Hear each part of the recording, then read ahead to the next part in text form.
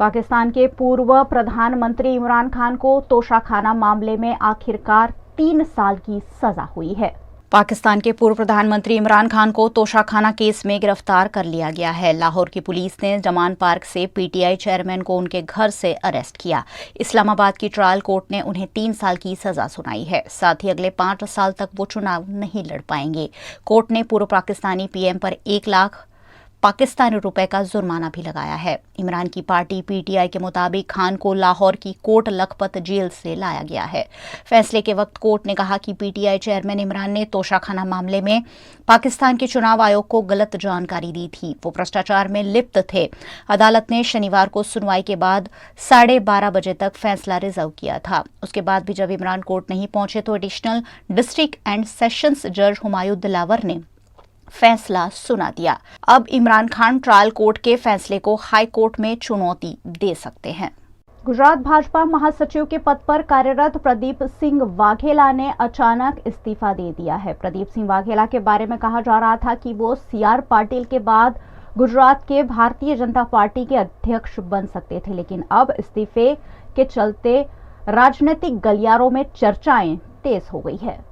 गुजरात भाजपा के महासचिव के पद पर कार्यरत प्रदीप सिंह वाघेला ने इस्तीफा दे दिया है। ऐसे में 2024 के लोकसभा चुनाव की तैयारियों में जुटी भाजपा को एक बड़ा झटका लगा है। प्रदीप सिंह वाघेला गुजरात भाजपा के प्रदेश अध्यक्ष सीआर पाटिल के बाद दूसरे ताकतवर नेता है। बीते दिनों राज्य में प्रदेश अध्यक्ष को बदलने की अटकलें लग रही थी, जिनमें नए प्रदेश अध्यक्ष की रेस में प्रदीप सिंह वाघेला प्रमुख उम्मीदवार बनकर उभरे थे। हालांकि अब उनकी विदाई से कई सवाल खड़े हो रहे हैं। इस्तीफे पर प्रदीप सिंह वाघेला ने कहा है कि कुछ ही दिनों में सब कुछ ठीक हो जाएगा। वाघेला को गुजरात भाजपा के महासचिव पद पर 10 अगस्त 2016 को नियुक्त किया गया था। प्रदीप सिंह वाघेला के इस्तीफे के बीच सूरत का पत्रिका कांड चर्चा में है। गुजरात के सूरत में बीते दिनों प्रदेश अध्यक्ष सीआर पाटिल, सांसद प्रभु वसावा और 84 विधायक संदीप देसाई को बदनाम करने की कोशिश की गई थी। इन पर्चों में फंड को लेकर धांधली के आरोप भी लगाए गए थे।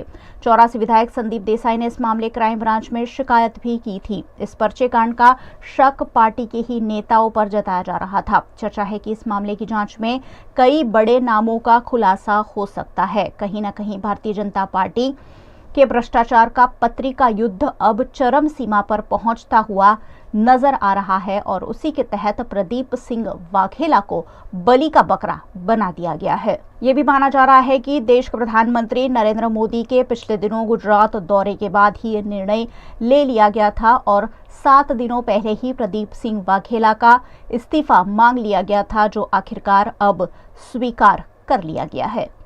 गुजरात भाजपा में जैसे कि आज इस्तीफे का दौर चल रहा है। सुबह भारतीय जनता पार्टी के महासचिव प्रदीप सिंह वाघेला के इस्तीफे की खबर आई और उसके बाद वडोदरा शहर भाजपा महामंत्री सुनील सोलंकी के इस्तीफे की खबर ने सभी को चौंका दिया है।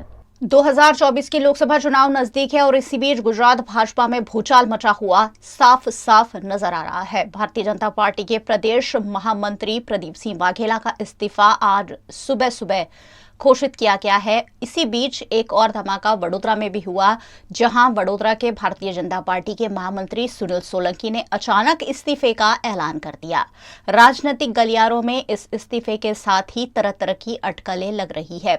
अचानक सुनील सोलंकी को अपना इस्तीफा क्यों देना पड़ा, ये सबसे बड़ा सवाल है। लेकिन सुनील सोलंकी इस इस्तीफे को निजी वजहों की वजह से बता रहे हैं। 29 तारीख को मैंने भारतीय जनता पार्टी के महानगर के अध्यक्ष डॉक्टर विजय साहस जी से मैंने बात की कि महानगर के महामंत्री के तौर पर मुझे मेरा त्यागपत्र देना है और उन्होंने प्रदेश के हमारे जो लीडर हैं उनसे बात करके मुझे बताने की बात कही। कल हमारी जब चर्चा हुई तब हमारे महानगर के अध्यक्ष डॉक्टर विजय शाह ने बताया कि मेरी प्रदेश के जो हमारे पदाधिकारी हैं उनसे बात हुई है और आपने जो त्यागपत्र देने की बात कही है उनका उन्होंने स्वीकार किया है और वो स्वीकार करने के बाद आज मीडिया के सब हमारे जो मित्र हैं उनको उन्होंने बात बताई है। भारतीय जनता पार्टी के कार्यकर्ता के नाते मैं मेरा योगदान मैं देता रहूँगा और पार्टी ने मुझे जो कुछ दिया है उसके लिए मैं पार्टी का आभारी भी हूँ। ऐसा पारिवारिक जीवन में सब अलग अलग चीज़ें आती है और पार्टी में काम करने का तरीका कुछ अलग रहता है और सामाजिक जीवन में काम करने का कुछ तरीका अलग रहता है। और उसके नाते मैंने जब ये बात बताई तो महानगर के अध्यक्ष ने भी बताया कि आपको ये क्यों देना पड़ता है, लेकिन मेरी बात फिर स्वीकारी उन्होंने, और उन्होंने फिर मुझे बताया कि आपकी जो बात थी वो उसमें मुझे सम्मति मिल गई है। कार्यकर्ता के नाते मैं आजीवन भारतीय जनता पार्टी का कार्यकर्ता रहूँगा और उसमें कोई बोलने की बात ही नहीं है। वहीं इस मामले पर वडोदरा भारतीय जनता पार्टी के शहर अध्यक्ष डॉक्टर विजय शाह ने अपने बयान में बताया कि सुनील सोलंकी ने अपना इस्तीफा प्रदेश के नेताओं को दिया है और प्रदेश हाईकमान ने ही उनका इस्तीफा स्वीकार किया है।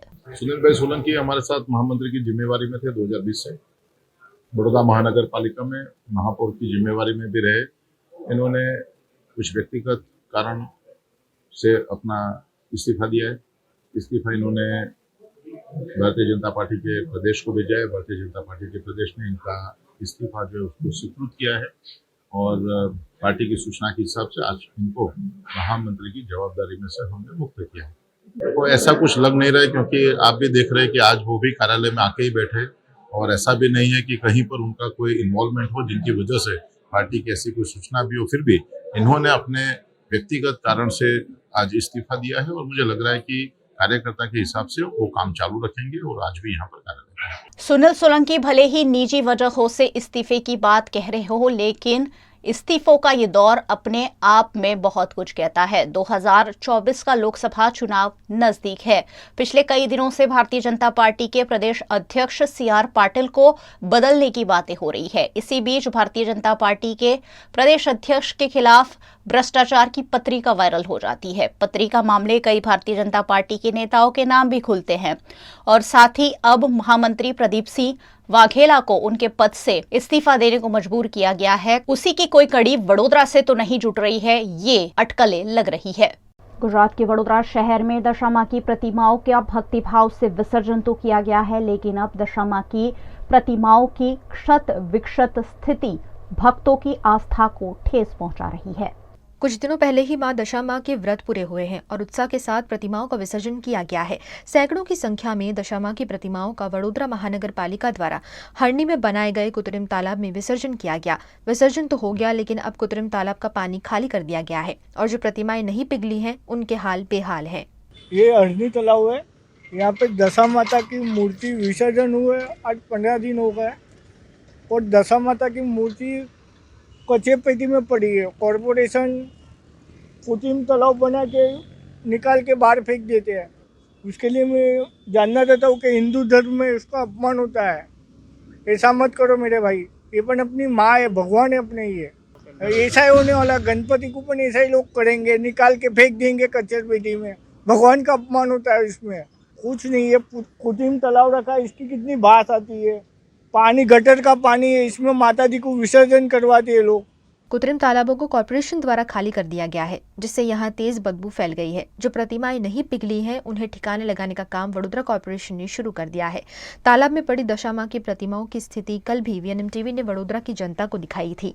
आज फिर उस मामले की तहकीकात किए जाने पर देखा गया कि इन प्रतिमाओं को वडोदरा के वार्ड नंबर 4 में संगम 4 रास्ता पर स्थित वार्ड कार्यालय निकट गड्ढा खोद कर दफनाया जा रहा है। 10 दिनों तक श्रद्धा के साथ जिन दशा मां की प्रतिमाओं की पूजा की गई, अब उनकी ऐसी दुर्दशा देखकर किसी भी भक्त का दिल दहल जाए। इस मामले वडोदरा के सामाजिक कार्यकर्ता अतुल गामेची ने भी वडोदरा महानगर पालिका की इस कार्यवाही पर सवालिया निशान लगाया है। जे रीते मां दशामाનું व्रत आवे छे, भक्तो धामधूमथी 10 दिवस पूजन अर्चन करे छे, ત્યારબાદ 10મા દિવસે વિસર્જન પણ કરે છે અને વડોદરા મહાનગરપાલિકા વખતે સારામાં સારી સુવિધાઓ વડોદરા શહેરમાં 4 તળાવો ફાળવીને કરી હતી, સાથે સફાઈ પણ કરવામાં આવી હતી।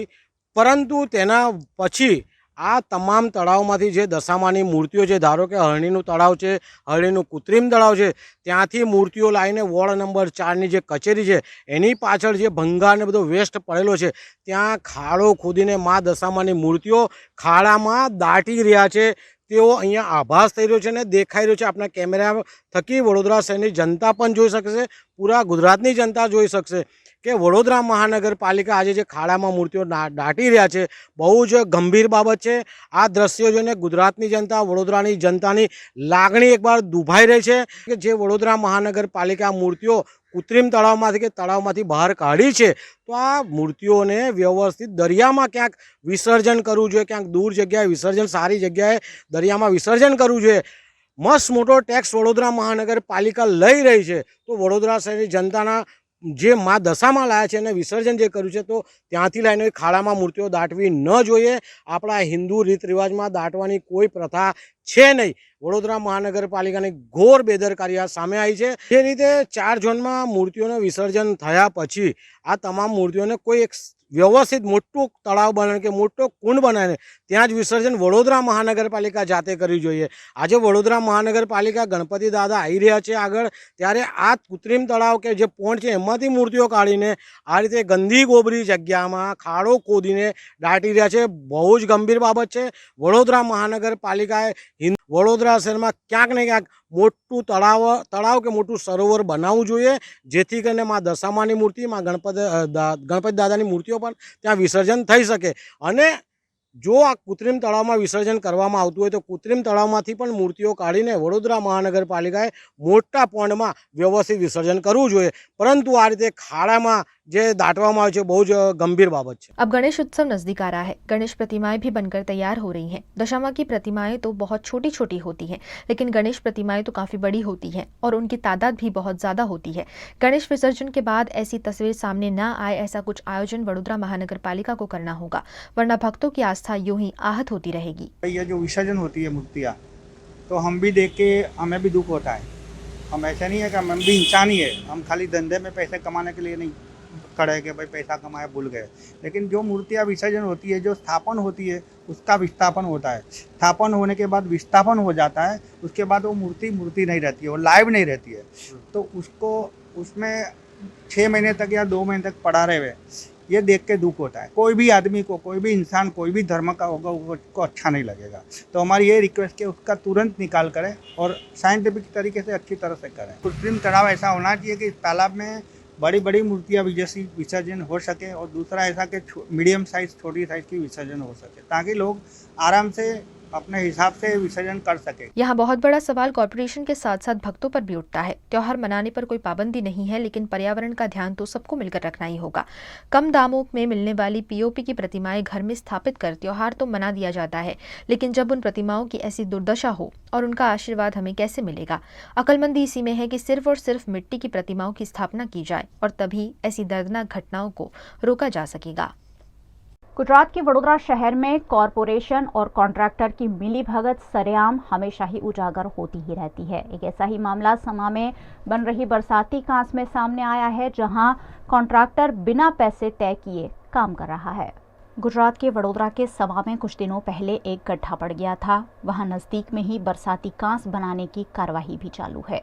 यहाँ वीएनएम टीम द्वारा कॉन्ट्रैक्टर से पूछताछ कर इस काम के बारे में जानकारी लेने की कोशिश की गई, लेकिन कॉन्ट्रैक्टर ने अपनी बातों में साफ कह दिया कि काम पूरा होने के बाद ही उसकी रकम तय की जाएगी। कामगीरी पूर्ण થવાને આરે આવી ગઈ છે। હવે 4 દિવસનું કામ બાકી રહ્યું છે અમારું, એટલે 4 દિવસમાં કામગીરી પૂર્ણ થઈ જશે। અને અમારું હજુ એડવાન્સ કામ હતું, એટલે એને હજુ એ લોકો એસ્ટિમેટ કાઢશે એનો, એવું હતું। કારણ કે આ અચાનક ભૂરો પડી ગયેલો, એટલે 1200 ને બદલે 1600 ના પાઇપ નાખ્યા છે, અને અમારી કામગીરી પૂરી થઈ ગઈ છે। ખાલી ચેમ્બરની કામગીરી જ બાકી। પહેલા જે પાઇપ હતા એ કેટલાના હતા અને અત્યારે 1200 ના હતા પહેલા। હા, અને હવે આ 1600 ના પાઇપ નાખ્યા છે આપણે।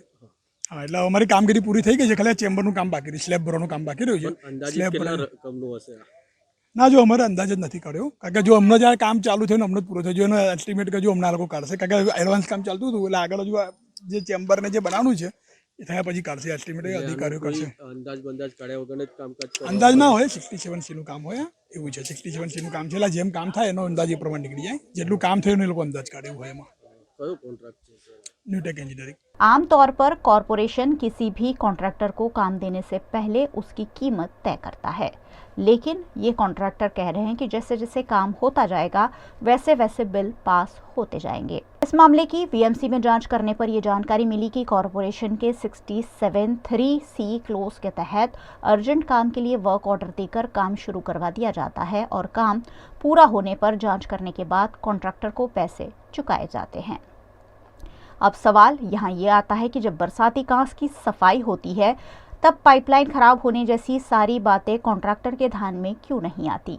अगर ये उसी वक्त दुरुस्त कर लिया जाए तो बड़ा खर्चा बच सकता है, लेकिन कॉन्ट्रैक्टर और कॉरपोरेशन दोनों ही जब तक काम बिगड़े नहीं तब तक उसे दुरुस्त नहीं करते हैं, और जब आखिरकार पाइपलाइन संपूर्ण रूप से बिगड़ जाए तब दूसरे कॉन्ट्रैक्टर को काम सौंपकर फिर से उसे पैसे देकर काम करवाए जाते हैं, जिसमें आखिरकार चूना लगता है लाखों करोड़ों रुपए टैक्स भरने वाली वडोदरा की जनता को।